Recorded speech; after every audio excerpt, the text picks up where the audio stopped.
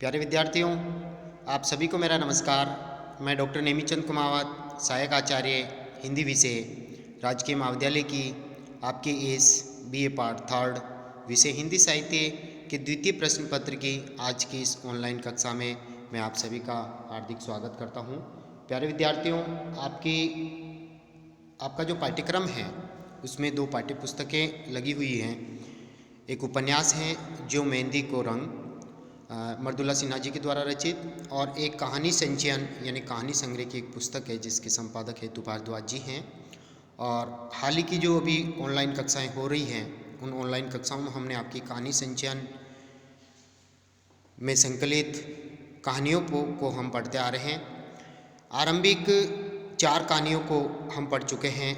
उसने कहा था कहानी चंद्रधर शर्मा गुलेरी जी की, दूसरी कहानी पुरस्कार कहानी जयशंकर प्रसाद द्वारा रचित, तीसरी कहानी पूस की एक रात प्रेमचंद जी के द्वारा रचित, और चौथी कहानी ताई विश्वंभर नाथ शर्मा कौशिक जी की द्वारा रचित, और पांचवी कहानी हाल ही की 2-3 ऑनलाइन कक्षाओं से हम पढ़ते आ रहे हैं, नशा कहानी मनु भंडारी जी द्वारा रचित। तो हम यहाँ तक हम पढ़ चुके थे पिछली ऑनलाइन कक्षा में। उसी क्रम को जारी रखते हुए आज पृष्ठ संख्या 59 से हम आगे पढ़ रहे हैं। आप ध्यान से सुनिए।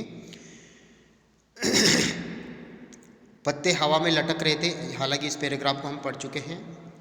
पत्तों पर धूल की परत जमी हुई थी, यानी आनंदी जो पात्र हैं उसका पुत्र किष्णु की चिट्ठी आती है कि हे माँ, मैं अब तेरे को लेने के लिए आ रहा हूँ।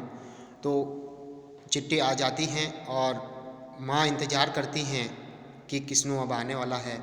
तो पूर्व स्मृतियों में गिरी हुई उसकी दशा का चित्रण यहाँ लेखक ने किया है। आनंदी आजकल तुलसी पर दिया नहीं जलाती। जब ये नई नवेली दुल्हन बनकर के आई थी तब इसने तुलसी पर दिया जलाया था, और इसकी सास ने कहा था यही तुम्हारा, तुम जितना तुलसी पर दिया जलाती रहोगी तुम्हारा सुहाग संवरता रहेगा। जिस दिन किष्णु भागा था उस दिन से उसने दिया नहीं जलाया, यानी मात्र 14 वर्ष का लड़का जो माँ पर जो अत्याचारों को नहीं देख सका और पिता से लड़ पड़ता है और वो घर छोड़ के भागता है, वो 12 वर्ष हो गए हैं। 14 वर्ष में प्रभु श्री राम वनवास के दौरान लौटते हैं और आज 12 वर्ष बाद उनका बच्चा आ रहा है। कौन सी कामना बाकी रह गई थी जिसके लिए वे दिया जलाती? यानी एक पुत्र ही तो उसके लिए सब कुछ था। सास चली गई, ससुर चले गए, एक पति और एक पुत्र, यानी पति शंकर और पुत्र ये किष्णु, ये 2 ही बच गए थे, और पुत्र छोड़ के चला गया और पति उसके ऊपर वैसे अत्याचार करता, तो कोई कामना अब जीने की सेंस नहीं रह गई थी। इसलिए किसके लिए वो दिया जलाती, यही बात यहाँ उभरती हैं, जिसके लिए भी दिया जलाती। पर इस समय मन हुआ कि एक दिया जलाकर रख दें, क्योंकि कामना पूर्ण हो रही है। आज 12 वर्ष बाद उसका पुत्र लौट करके आ रहा है, इसलिए उसकी इच्छा हुई कि तुलसी के पौधे के समक्ष दिया प्रज्वलित कर दूं। आनंदी ने उठकर पहले तुलसी में पानी दिया, फिर दिया जलाकर रख दिया। प्रकाश का एक वृत्त रह रहकर कांपने लगा। अनेक स्मृतियाँ कांपने लगी, अनेक चित्र कांपने लगे, पूर्व स्मृतियाँ ताज़ा होने लगी। और उन्हीं क्रम में देखिए 10 साल की आनंदी 10 वर्ष में जब इसका बाल विवाह हुआ था तो जेवरों से सुसज्जित होकर के लद्दी फंदी इस घर की पुत्रवधू बनकर आई थी। ये पूर्व स्मृतियाँ अब ताज़ा हो रही हैं। फ्लैशबैक शैली का चित्रण यहाँ है। और उसकी सास ने उससे चबूतरे पर दिया जलवाया था और कहा था कि अपने सुहाग की मनौती मांग लेना, यानी तुम्हारा सुहाग अमर रहेगा तुलसी के समक्ष दिया जला करके। बहू रोज इस पर दिया जलाना, घर की ये तुलसी कल्प तरु है, यानी कल्प वृक्ष है, तुम्हारी मनोकामना पूर्ण होती रहेगी। सुहाग का वह तब आरती नहीं जानती थी क्योंकि बाल विवाह हुआ था, छोटी थी, फिर भी उसने अपने सुहाग की कुशल की कामना की थी और रोज़ दिया जलाने का संकल्प किया था, और प्रतिदिन पानी देना और दिया जलाना उसका नियत कर्म था। बहू का नयापन 2 ही दिन में उतर गया था और उसे पता लग गया था कि इस घर इन जेवरों और गायों भैंसों के बीच जो कुछ है, यानी इस घर में और ये जो जेवर जो पहन करके मैं दुल्हन बन के आई हूँ और गायों भैंसों के बीच में जो कुछ मेरे पास हैं, ये सब कुछ कष्टकर है। उसे पल पल में रोना आने लगा। कुछ डॉट है यहाँ पर, वो कुछ कहना चाह रही है लेकिन कह नहीं पाती है। माँ, कक्का, दद्दा आदि याद आते हैं उसकी माँ, उसकी कक्का, उसके दद्दा, सब कुछ उसको याद आते हैं, पूर्व स्मृतियाँ। जब वो कृष्ण की स्मृति में इंतजार में है कि कृष्ण अब आने वाला है, तो पूर्व स्मृतियाँ ताज़ा होती है। तुलसी के समक्ष वो दीपक जलाकर के पूर्व स्मृतियों में खो जाती है। वह छिप छिप कर बिसूरती है, अंदर ही अंदर घुटती है, रोती है। सास देख लेती तो ऐसे नोचती कि सास मांस निकल आता, यानी सास ने भी इसके ऊपर अत्याचार किए हैं। किसी काम में कसर रह जाती तो सास ऐसे लतियाती, ऐसे लताड़ती, ऐसे डांटती कि वे औंधे मुँह गिरकर तड़फड़ाने लगती। यानी बहुत सारे अत्याचार न केवल इनके पति शंकर ने किए हैं, बल्कि सास ने भी इसके ऊपर अत्याचार किया। इसे लाड़ और दुलार नहीं मिला। उसकी बोली बंद हो गई, यानी एक तरह से वो मौन हो गई, सब चुपचाप अत्याचार सहती रही, बस आंसू बहते रहते।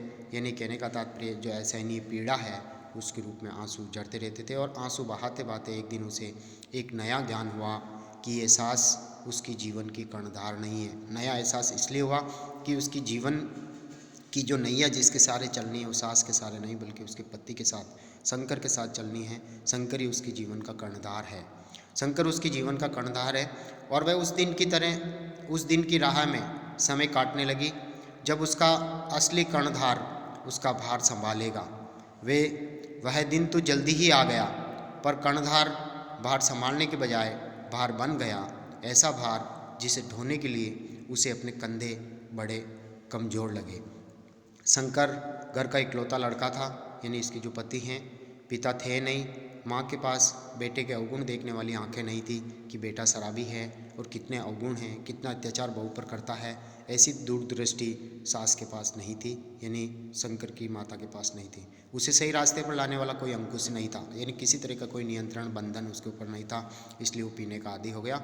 और उसे पीने की जो लत पड़ी तो घर का धन ही नहीं गया, यानी न केवल धन चला गया, दरिद्रता आ गई, बल्कि आनंदी की जो किस्मत है और बच्चों का जो भविष्य है वो भी उसी के साथ चला गया, उसकी लत के साथ, शराब पीने की लत के साथ। माँ के मरने के बाद शंकर बिल्कुल बिलबिला ही हो गया, यानी हमेशा बकता ही रहता है, बिल्कुल अनियंत्रित हो गया, न किसी का वश, न किसी के नियंत्रण में वो रहता है। पत्नी की तो वो एक बात तक नहीं सुनता, बल्कि और उसे मारता और पीटता है, और शराब मजदूरी के पैसे ले लेकर के शराब पी के आता और गाली गलौच हमेशा करता रहता, कोई इज्जत नहीं। 2 बच्चे बीमारी में तड़प कर मर गए क्योंकि उनकी दवा दारू ठीक तरह से नहीं हुई। कारण ये था कि जो भी मजदूरी करके आनंदी पैसे ला के आती, उसका पति उसे छीन करके शराब पी के आ जाता। इसलिए दवा दारू नहीं करने के कारण उसकी 2 संतानें चली गई, बच्चे चले गए। खेत खलियान यानी जो ज़मीन जायदाद थी वो भी बिक चुकी, गाय भैंसें थी वो भी बिक चुकी, यानी सब कुछ धन दौलत चली गई।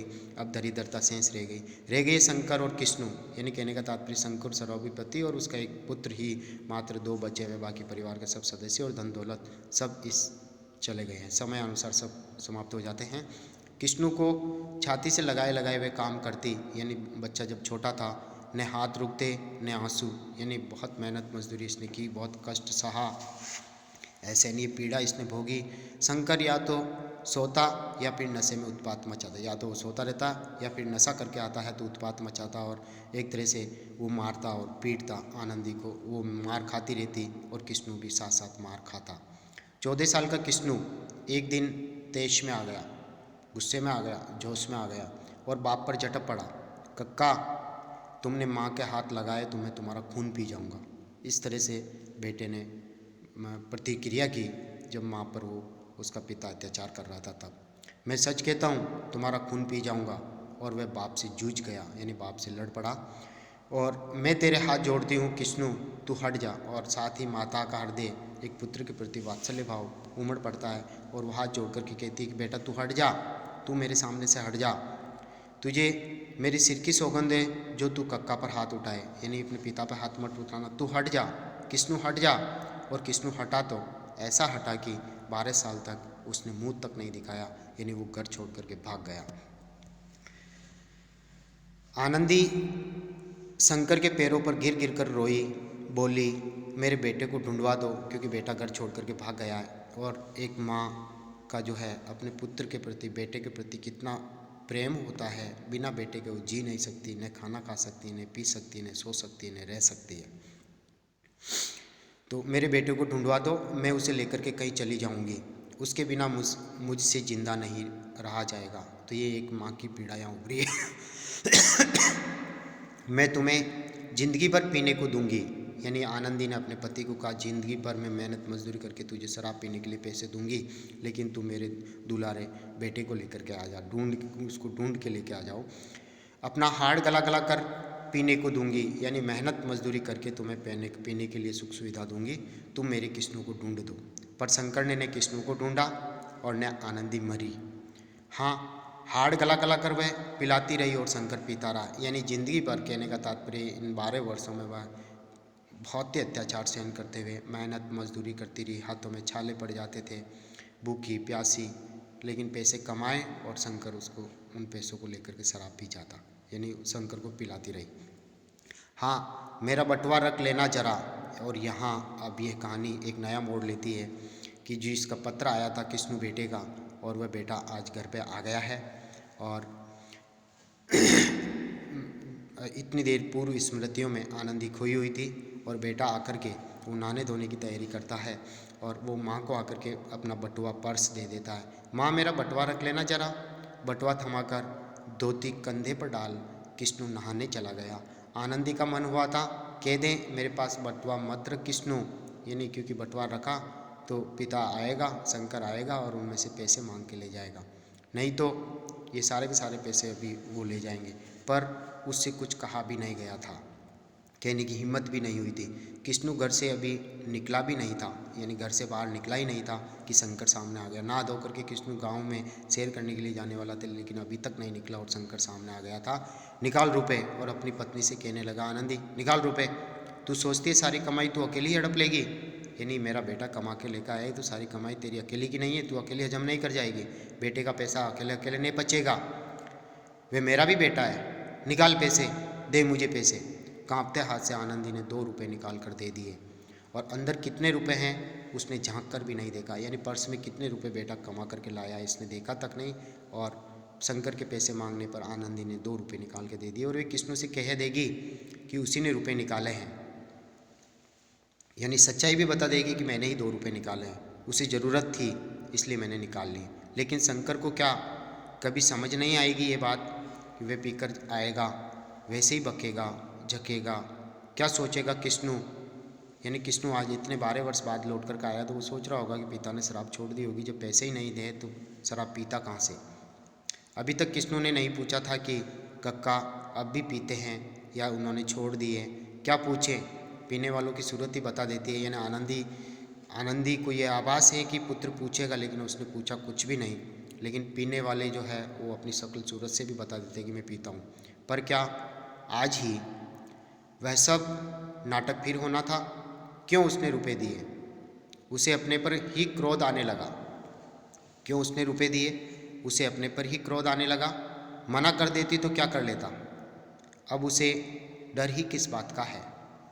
उसका कमाऊ बेटा उसे लेने आ गया है। वह अपने को ही कोसने लगी। उसे रुपए नहीं देने थे, क्यों दे दिए उसने रुपए? किस्नू खा पी कर गाँव में लोगों से मिलने निकला तो बोला, माँ जरा बटुआ देना, और कांपते हाथ से आनंदी ने बटुआ पकड़ा दिया। 2 रुपये की बात गले में आकर भी अटक गई है। वह कह नहीं पाई कि तुम्हारे पिता ने मांगे थे मैंने दे दिए, या फिर मेरे का ज़रूरत थी मैंने निकाल लिए, ये चीज़ उसने बताई नहीं। बिना देखे ही बटुआ जेब में रख किस्नू निकल गया। आनंदी उसे देखती रही, लंबा चौड़ा जवान, वैसा का वैसा ही मेरा लड़का। कल पड़ी पड़ी वह सोच ही रही थी कि बेटे को अपनी दुख गाथा सुनाऊंगी कि किस तरह से मैंने ये 12 वर्ष रो रो करके काटे हैं तुम्हारे वियोग में, तुम्हारी चाह में, कितनी मेहनत मजदूरी मैंने की और कितने अत्याचार मैं सहन करती रही, कि तेरे पिता ने मुझे कितने अत्याचार मेरे ऊपर किए हैं। इतने दिनों का अपना बोझ हल्का कर लेगी पुत्र को कह करके, लेकिन कह नहीं पाई। पर बेटे के सामने तो उसकी जीभ ही जैसे तालू से सट गई। ये किस्नू अब 12 साल पहले वाला किस्नू नहीं रह गया था। वह सोच रही थी कि पहले की तरह ही वह उसकी गोद में सो जाएगा और वह एक एक करके बताएगी कि उसने कितना कुछ सहा, लेकिन वह नहीं कह पाई। सत्यानाश हो उस हरामी के पिल्ले का जिसने ऐसी जानलेवा चीज़ बनाई, यानी कहने का तात्पर्य जानलेवा चीज़, पिल्ले का यानी उस बच्चे का, उस हरामी के बच्चे का सत्यानाश हो जाएगी जिसने ये जानलेवा शराब जैसी चीज़ जिसने बनाई है। नशे में धुत लड़खड़ाता शंकर घुसा तो किस्नू अवाक सा उसका मुंह ही देखता रह गया। यानी जब पीक करके आता है, शंकर जब पीक करके आता है तो यही वाक्य वो कहता है। और कृष्णु अभी घर में ही था, घर से निकला ही नहीं था, और अवाक सा उसका मुंह देखता रह गया। उसकी आंखों में खून उतर आया, गुस्सा आया कि अभी भी मेरा पिता इसी तरह से व्यवहार करते हैं और शराब के आदी है क्या। उसने आनंदी की ओर देखा। आनंदी की अपराधी नज़रें झुक गई कि उसने अभी तक उसको मेहनत मजदूरी कर करके पिलाती रही, बस केवल उसकी नशे में ही वो लीन रही, पति के नशे में ही। क्या क्या लाड लड़ रहा है माँ से, यानी बेटे से। कृष्णु से कहा है, कौन कौन सी बातें तू सिखा रहा अपनी माँ को। अरे अपने बाप को भी तो कुछ दे, जो कुछ देना है इधर दे, इधर मेरे को दे, जो पैसा कमा के लाया मेरे को दे। क्या तू तेरी माँ से ही लाड़ दुलार करता रहेगा, जो धन संपत्ति लाया उसी को दे देगा। मैं तेरा बाप हूँ साले, मैं तेरा बाप हूँ, गाली निकालते हुए लड़खड़ाता हुआ शंकर भीतर चला गया। यानी वो शराब का आदी होकर के यहाँ घर में आया है, शराब पी कर के आया है, और शराब उन्हीं 2 रुपये की वो पी कर के आया है कि कृष्णु जो पर्स अपनी माँ को दे करके नहाने के लिए जाता और उसी में से आनंदी 2 रुपये निकाल के शंकर को देती थी, और शंकर पी करके बड़बड़ाता हुआ घर में आता। और इस स्थिति को देख करके कृष्णु जो है वो पूरी तरह से विचलित हो जाता है कि मेरे बाप आज भी पीते हैं क्या, और मेरी माँ इसी तरह से कमा कमा करके उनकी जो पीने की जो आदत है क्या उसी को पूरी करने में लगी हुई है, क्या अपनी दशा अब तक नहीं सुधरी है, क्या उन्होंने पीना अभी तक नहीं छोड़ा। इसी तरह के प्रश्न उसके मन में उठते हैं।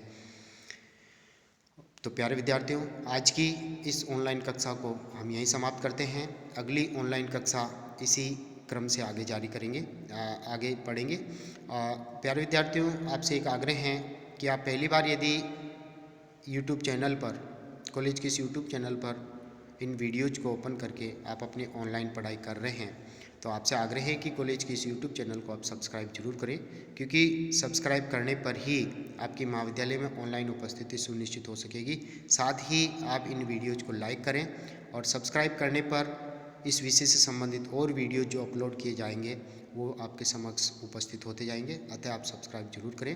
आप सभी को बहुत बहुत धन्यवाद। जय हिंद, जय भारत।